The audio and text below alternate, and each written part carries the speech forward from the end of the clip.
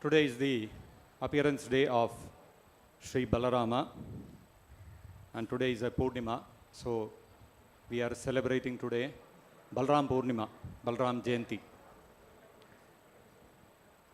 5,000 years ago, when Krishna decided to advent on this earth, Krishna appeared as the son of Vasudeva and Devaki. Now, before Krishna appeared, his own first expansion, Balarama, also appeared in the womb of Devaki as the son of Vasudeva and Devaki. But then, before Balarama appeared, 6 sons had been born in the womb of Devaki, but all of them had been killed by Kamsa. Therefore, when Devaki was about maybe 6 months or something pregnant like that, at that time by Krishna's arrangement, Balaram was transferred from the womb of Devaki to the womb of Rohini. Rohini was living in Vrajabhumi, Vrindavan at that time, under the shelter of Nanda Maharaj. So after that, Krishna appeared in the heart of Vasudeva. And from the heart of Vasudeva, Krishna was. And then Kamsa was waiting, when is Krishna going to be born so that I can kill him like the rest of the 6 boys. The 7th pregnancy was, he was thinking it was a miscarriage because the child was not born, so it is a miscarriage. So only final child of Vasudeva and Devaki, let us wait for its birth. And Krishna and Kamsa was waiting for 9 months to get over. But then Krishna appeared prematurely. He appeared 2 months before the due time, because so Kamsa was not ready. He was thinking still 2 months time is there. Now just 1 week before Krishna appeared, Balaram also appeared as the son of Rohini. So Balaram took birth almost after about 14 to 16 months. He was in the womb of, first in the womb of Devaki, then in the womb of Rohini, and finally he took birth after a very long time. So because he wanted to take birth more or less at the same time as Krishna. And then within a week's time, Krishna was also, he also appeared as the son of Vasudeva and Devaki. That's how today we are celebrating, on Purnima, we are celebrating the appearance of Balaram. And 8 days later, on Ashtami, we will be celebrating Krishna Janmashtami.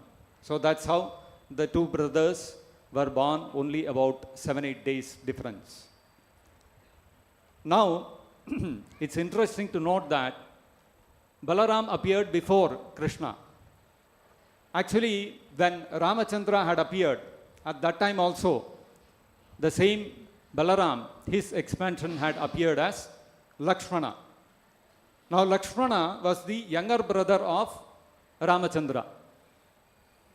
And being the younger brother of Ramachandra, he was always witnessing how Lord Rama was undergoing so much distress. And then Lakshmana could not say anything. Every time he had to bow his head and keep following whatever order was there coming from his elder brother.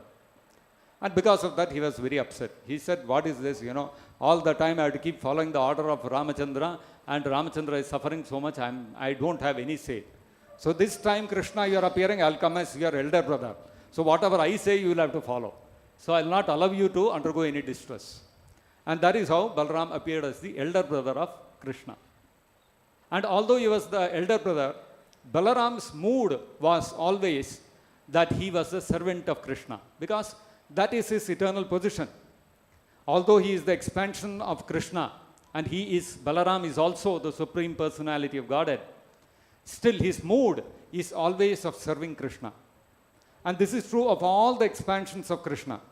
Whether it is Narayana, whether it is Vishnu, whether it is Narasimha, all of the incarnations, they are only thinking how to serve Krishna. Ekale Ishwara Krishna Ara Sabhabhritya. Only Krishna is the master. Everybody else is thinking, how can I serve Krishna? This is Krishna's unique position.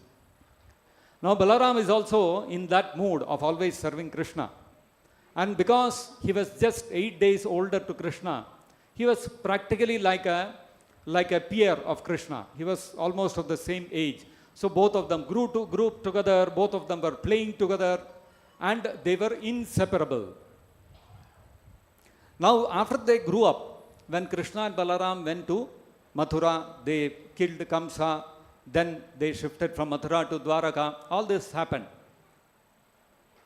Now, after shifting to Dwaraka, there Krishna, Balaram, they all married, they had twins, they had children. One of the sons of Krishna was Samba. And this Samba, he was the son of Jambavati, and because he was always running behind the mother, some children are like that. They'll always be holding on to the sari of the mother when they are small. This Samba was always like that. So he was always with his Amba. So he was Samba, always with this boy is always with his mother. That's how he got his name. So although he was like that in his childhood, when he grew up, he became a powerful warrior.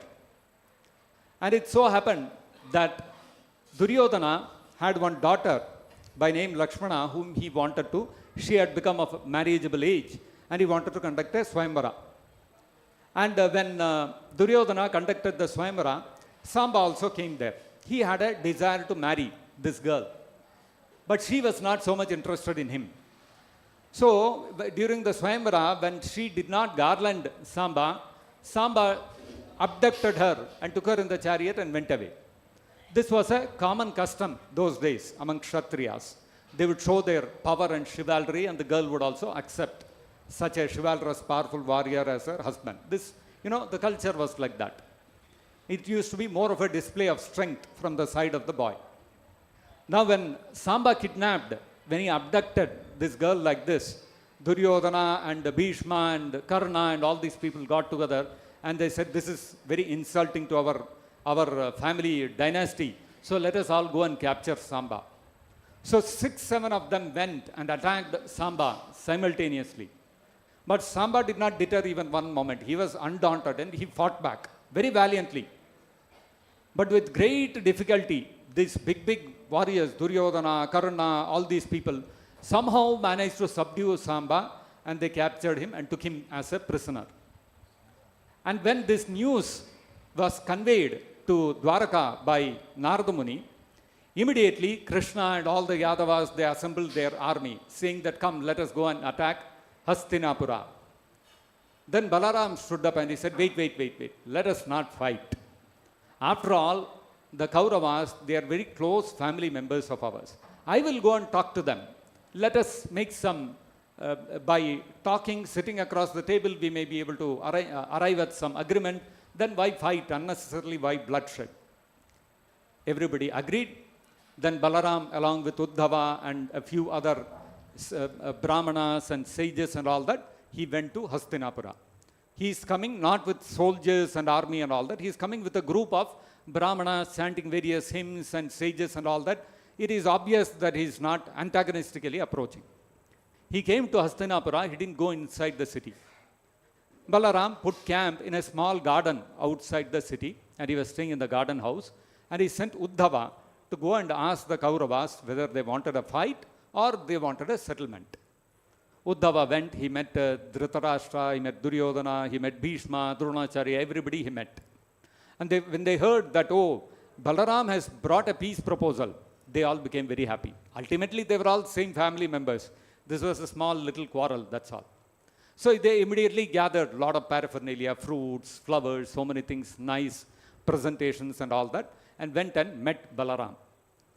And when they met Balaram, they met and they gave all the gifts and presents and all that. And then Balaram said, thank you very much. I come here with a message from Ugrasena. He is the king of the Yadavas. And since he is the king of the Yadavas, whatever order he has given, all of you please carefully listen. We don't want any fight. You please very honorably give Samba and the girl back to us. We will conduct their wedding and let them live happily. And we also need not have any bloodshed. After all, we are family members. So please carry out this order of Ugrasena. When they heard this, the Kauravas became very angry. They said, what is this? You are ordering us? What do you think about us? We are the emperors of the world. Hastinapura is the seat of the emperor of the whole world. And out, because the Yadavas are intimately related to us as family members, we have given you a little leniency. We have allowed you to use a flag, we have allowed you to use a throne, we have allowed you to have a kingdom. All these things we have, out of our magnanimity, we have allowed you to have all these things. And now you are ordering us. So this is like the slipper which should be on the foot. It is trying to ascend to the head, as if it is the crown. So like this, they spoke very derisively. And they said, hey, all these things, we thought something and we came here, all this won't work, let us go back. Balaram, when he heard this, he became livid. He said, what do you think of the Yadavas? Amongst the Yadavas is Krishna. And who is Krishna? That Krishna is not an ordinary person. Yasyangri Pankaja. That lotus feet of Krishna. Yasyangri Pankaja Rajo Lokapalair. Maulyuttamair. Dhritam. That dust from the lotus feet of Krishna is taken on the head by all the Lokapalas, by all the Devatas. And not only that, Brahma Bhavo Ahamapiyasya Kala Kalayaha. Even Brahma, Lord Shiva, and what to speak all of them, even myself, even I am a portion of a plenary portion of Krishna. And we are all, and Shriyas Chodvahema, and even Lakshmi Devi is waiting. Chiram, always she is waiting. Not only she, even Brahma, Lord Shiva and myself, we are all waiting to constantly take the dust of Krishna's lotus feet on our head. And that lotus feet of Krishna is Tirtha. That dust from the lotus feet of Krishna, wherever it falls, it becomes a Tirtha, it becomes a holy place. And that Krishna, Nripasanam, for him, what is this one throne of Dwaraka? All the Lokapalas, all Brahma, Shiva and all such, and Indra, all such Devatas come and worship his lotus feet. For him, what is this throne? And you are saying you have given this to him? And you are saying that the footwear of yours is trying to ascend to your head? The dust of his lotus feet is desired to be worn on the head even by Lakshmi Devi. And so like this, Balaram became very angry. Why? Because Balaram, his love for Krishna is so intense and his feelings of devotion for Krishna are so high, he cannot tolerate even the slight insult to Krishna. And so Balaram said, if you are all talking like this, today I will teach all of you a lesson. Entire Hastinapura, I'll finish it off. He said he took his plow and dug it into the earth and started pulling the entire Hastinapura into the Yamuna river. And inside the Yamuna river, what happened? All the Kauravas there sitting, the whole city is shaking. And they are saying, what happened? Some earthquake has happened. Then they all came running out. Balaram is pulling with his plow the whole Hastinapura towards Yamuna. Immediately they went and fell at the feet of Balaram and started begging his forgiveness. Please forgive us. Because out of some ignorance we spoke something. No, please, we are willing to do whatever you order and all those kind of things. And finally, they managed to pacify Balaram and they begged forgiveness from him. And they immediately brought Samba and Lakshmana out and they were honorably married off and sent to Dwaraka. So even today, Prabhupada says, if you look at Delhi, the eastern portion of Delhi is sloping towards the Yamuna. And every year when there is, during the rainy season, that part of Delhi gets inundated. That's because that is where Balaram used this plow to pull the entire Hastinapura region, including Indraprastha, that is Delhi towards the Yamuna. So like this, the devotion of Balaram towards Krishna was demonstrated by this. Another incident which shows Balaram's affection and love for Krishna. When the Pandavas finished their Ajnatavasa, their Vanavasa and Ajnatavasa, their forest exile and living incognito and all that, and they came back and asked for the land back, their Indraprastha, their city back from, their kingdom back from Duryodhana. Duryodhana refused. Shakuni made some calculation and he juggled the dates and he showed, no, your time has not elapsed. Before the 12 years were elapsed, Arjuna, he revealed himself in the battle in Virata. So therefore, you all have to again go in forest exile, because that was the condition. That during the game of dice, that if the Pandavas are discovered during their exile incognito, they will have to again go another 12 years in forest exile. So Shakuni twisted the calculations and presented a miscalculation showing that the Pandavas have not completed the exile time period. Naturally, the battle was proposed. And when it was decided, of course, Krishna took the peace message, and that also did not work out. Duryodhana was not ready and all that. So finally, it was decided that they have to go to war. When this happened, Duryodhana decided that amongst all the warriors, rulers in this earth at this time, the Yadavas are the most powerful. So I should go and get the company of Krishna. Krishna and the Yadavas should come on my side. So immediately from Hastinapura, he went to Dwaraka. Simultaneously, Arjuna also went from the Pandava side, seeking the support of Krishna. And both of them came to Dwaraka. When they came to Dwaraka, Krishna was taking an afternoon nap. He was taking a siesta. He was sleeping. Duryodhana marched into Krishna's bedroom, and he saw Krishna is lying on his bed. So he saw, now what to do? Let me wait. So he walked up to the head of Krishna. There was a small chair there. He sat down there. Arjuna walked in next. And when Arjuna walked in, he saw Krishna is lying, sleeping, and Duryodhana is sitting there. Arjuna came to the footrest of Krishna, where Krishna was lying. He came to the lotus feet of Krishna and stood there, with folded hands, waiting for Krishna to wake up. This was Arjuna's posture, waiting for Krishna to wake up, and Duryodhana was sitting very haughtily at the head of Krishna. After a little while, Krishna opened his eyes. And when he opened his eyes, first he saw Arjuna. And he said, Arjuna, oh, you have come here. What do you want? Then immediately Duryodhana said, hey, I am also there. So Krishna said, oh, Duryodhana, you also come. So please tell me what you want. Then Duryodhana said, look, Krishna, I came first, Arjuna came later. So first you have to listen to me. You have to, I have come here seeking your support. So first you have to fulfill my request. After that you can ask whatever you want from Arjuna. Krishna replied, I don't doubt that you have come first. If you are saying that you have come first, you must have come first. But then what to do? I saw Arjuna first. So according to that, I should first ask him what his request is. And not only that, Arjuna is younger to you.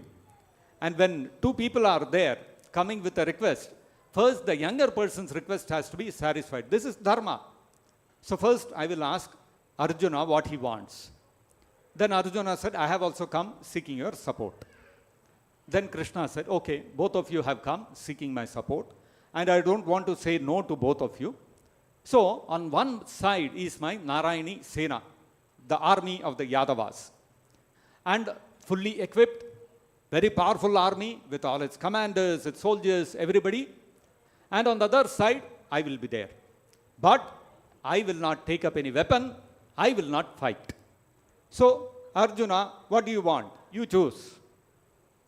Arjuna, without batting an eyelid, he said, Krishna, you just be there next to me. That's all. Don't have to do anything. If you are there, that's enough for me. Then Duryodhana, he started smiling internally. What a fool Arjuna is. Krishna is saying he will not take up any weapons. What is the use of keeping him? So then Duryodhana, but then he maintained a very bland demeanor. And he stood up and said, okay, whatever Krishna, you and Arjuna, you decide. I'm okay with this. Arjuna, you have decided. So I will take the army. I'll be satisfied with that. No problem. And he quickly walked out. Before Arjuna changes his mind, I have to walk out of here with the Yadava army. And he walked out. So when he walked out, Krishna asked Arjuna after Duryodhana had left, Arjuna, what have you done? With what confidence did you ask for me? I said, I will not lift any weapon. I will not fight. Then why did you ask for me? What was your confidence? What happened to your intelligence? Why did you do this? You should have asked for the army, no? That's the natural, this one, no? I mean, common sense. Arjuna replied, Krishna, to fight this battle and win, it is a big army is not required. You alone, one person, are enough to demolish all the army of the entire world and win the battle. Similarly, I alone am enough to defeat all the Kaurava army and the entire earth. If it comes, I can fight against all of them and win the war. I am all alone enough. I don't need any big army. But then, I want that the credit of winning the battle should lie with you. That is why I wanted you on my side. Because if you don't lift the weapons and you go to the Kauravas, and if I fight and win the battle, credit will come to me, it will not come to you. And I don't want people to glorify Arjuna won the battle. No, I want people to say that Krishna won the battle. Therefore, I ask for you, come and sit with me, next to me, that's all. And you take all the credit. You see how a devotee of Krishna thinks. Arjuna is not interested in winning the battle. He is thinking how the Shreya, the credit of winning the battle, should go to Krishna. And Krishna is thinking how the credit of winning the battle should go to my devotee Arjuna. This is how the devotee and the Supreme Lord always think of the welfare of the other. So anyway, while Krishna and Arjuna were talking like this, Duryodhana, very shrewd fellow, he thought, okay, Krishna and Arjuna are busy. Let me immediately go and speak to Balaram. He is the next most important person. He is also extremely powerful. And earlier, Balaram had been the guru of Duryodhana. Balaram was the one who taught Duryodhana the art of using the club, the finer aspects. Of course, Duryodhana had already learnt how to use the gada, the club, from Dronacharya. But finer aspects, more skillful fighting with the gada was learnt by Duryodhana from Balaram. So he thought, Balaram is anyway my guru, let me go to him. Duryodhana ran to Balaram and he told him, just now I met Krishna, like this it happened, and Krishna refused to take up any weapons, and Arjuna has taken him, and I am left with the Yadava army, so now I want your support also. Now what was Balaram's response? Balaram, he responded to Duryodhana, he said that not even for a moment can I think of going against Krishna's wishes. I will always do what Krishna desires.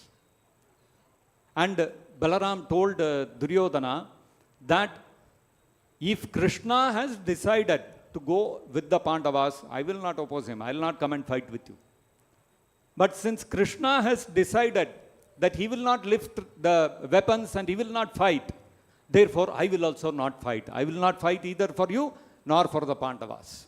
Instead, Balaram said, I will go on a Tirtha Yatra, I will go on a pilgrimage. I don't want to fight in this. Krishna will not fight, I will also not fight. So you see, Balaram is always thinking what Krishna wants. Although Balaram had a soft corner for Duryodhana, when Balaram saw that Krishna is not in favor of Duryodhana, Balaram also refused to support Duryodhana. And that is how, during the battle of Kurukshetra, Balaram did not participate in the battle and Krishna went to the side of Arjuna. So this is the intimate relationship between Krishna and Balaram. Balaram is the first expansion of Krishna, and he is filled with love and the mood of service for Krishna. He is constantly thinking how to serve Krishna's pleasure. This is the mood of Balaram. And that Balaram, that Krishna, he expands into Vasudeva in Dwaraka. And that Balaram expands into Sankarshana in Dwaraka. And then Krishna further expands into Pradyumna and Aniruddha in Dwaraka. So this first Vasudeva, Sankarshana, Pradyumna and Aniruddha in Dwaraka, they are the first Chaturvyuha expansion. And from this Sankarshana, Baladeva in Dwaraka, from him expands Narayana, who is the Lord of Vaikuntha. And from that Narayana, another set of Vasudeva, Sankarshana, Pradyumna, Aniruddha expands. This is the second Chaturvyuha. And from this second Chaturvyuha, Sankarshana expands into Mahavishnu in this material world. And that Mahavishnu, who is also known as Karanodakasai Vishnu, further expands into Garbhodakasai Vishnu. And this Garbhodakashayi Vishnu is lying on the ocean, Garbha Udaka, on the ocean, the causal ocean. And from his navel, one lotus sprouts. And on that lotus, Brahmaji appears.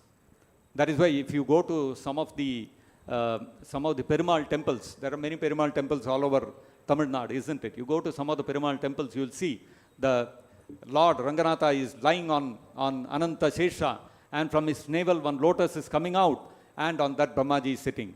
This is Garbhodakashayi Vishnu. And this Garbhodakashayi Vishnu further expands into Kshirodakashayi Vishnu, the Vishnu who is lying on the Palkadal, on the ocean of milk. And this Kshirodakashayi Vishnu, who is the Vishnu who is lying on the ocean of milk, is the Paramatma who is residing within the heart of every living entity. He is the Paramatma. Now you can see how that Balaram, from Krishna came Balaram, and from Balaram came Sankarshana, from him Narayana, and from him the three Vishnus. Vishnus tu Trini Rupani. There are three forms of Vishnu. Ekam tu Mahatah Srashtra. The first one is Mahavishnu, who created Mahatattva. Dvitiyam tu Anda Samsthitam. The second one is the Vishnu who is situated within the Brahmanda, who is the Garbhodakashayi Vishnu. Tritiyam tu Sarvabhutastam. And the third Vishnu is the Vishnu who is residing as Paramatma within the heart of every living entity. This is what the Vedic scriptures state. So you see how Balaram is the source of he is the first plenary expansion of Krishna, and from him all other expansions are coming out, and that is how Vishnu has come. And from Garbhodakashayi Vishnu, Brahma has come. From Brahma's eyebrows, Lord Shiva has come. And then all the Sapta Rishis, all the Manus, everybody has come out from Brahma. And this is how the creation happens. So you can see how Brahma, Shiva, all the Devatas, Indra, etc., all of them, Agni, Vayu, Shani, all the Navagrahas, everybody, they have appeared after Brahma has created them. And Brahma himself is coming from Garbhodakashayi Vishnu. So like this, that is how Balarama is stating that Brahma, Bhavo, Ahamapi, all the, whether it is Brahma, Shiva, myself, all of us, Kala Kalayaha, we are either plenary portions or plenary portions of the plenary portions of Krishna. And so Balaram is the source of all the incarnations and expansions of Vishnu within this material world. And this Balaram also expands in another way as the spiritual master, as the Bahya Guru. He is the person whose representative is the spiritual master, and therefore Balaram is the Adi Guru. He is the first spiritual master. Therefore the Vedic scriptures state, Nayamatma Balahinena Labhyaha. If one wants spiritual knowledge, then without the mercy, without the grace of Balaram, it is not possible to understand spiritual subject matter. That is why you see Bhagavad Gita, spiritual subject matter, 700 verses, it's all in black and white, Sanskrit. If you know Sanskrit, anybody can read and understand what is there in the Bhagavad Gita. But no, Krishna says in the Bhagavad Gita, Raja Vidya Raja Guhyam Pavitram Yetaduttamam. He said, the knowledge of the Bhagavad Gita is Raja Vidya, is the king of all knowledge, and Raja Guhyam, it is the king of all secrets. What is there to be secret? Everything is there in black and white. If there was one copy of the Bhagavad Gita and you took it to the Reserve Bank and put it into a vault and locked it up, and the password for that is only with the president of the country, then you can say it is top secret, very confidential. But Bhagavad Gita, so many copies are there in the market. Anywhere you go, any temple you go, you can pick up a copy of the Bhagavad Gita. How is it most confidential knowledge? Although it is in black and white, to be able to understand what Krishna is saying in the way Krishna is meaning it, without any misunderstanding, for that the grace of Balaram is required. And that is why, without the grace of a spiritual master representing Balaram, it is not possible to understand Bhagavad Gita or any of the Vedas. So therefore, we have to approach a bona fide spiritual master like Srila Prabhupada, who is the 32nd in the Guru Parampara, originating from Krishna himself, and that spiritual master like Srila Prabhupada is empowered by Balaram with the spiritual strength to be able to reveal the actual knowledge of the Bhagavad Gita, Bhagavatam and the Vedic literatures in the hearts of the living entities. Otherwise, there were more than 700 editions of the Bhagavad Gita in the market already before Prabhupada published the Macmillan edition of the Bhagavad Gita in 1972. But by reading those 700 editions, not one soul became a devotee of Krishna. But Prabhupada's one Bhagavad Gita is creating thousands and thousands of devotees of Krishna all over the world. Anybody reads Prabhupada's Bhagavad Gita is bound to become a devotee of Krishna. Why? Because he has been empowered by Balaram to reveal the actual meaning, the actual import of the Vedic knowledge. So therefore, today on the occasion of Balaram Purnima, let us take shelter of the lotus feet of Balaram and let us pray to him to give us the spiritual strength to understand the knowledge of the Bhagavad Gita and Bhagavatam, and by his grace we can also become a devotee of Krishna, like Balaram is also a devotee of Krishna. So like that, if we have the blessings of Balaram, we can also become a devotee of Krishna, and we can attain the shelter of a bona fide spiritual master like Srila Prabhupada. Bolo Balaram Purnima ki jai, Baladev ki jai, Jagat Guru Srila Prabhupada ki jai, Nitai Gaur Premanande, Hari Hari.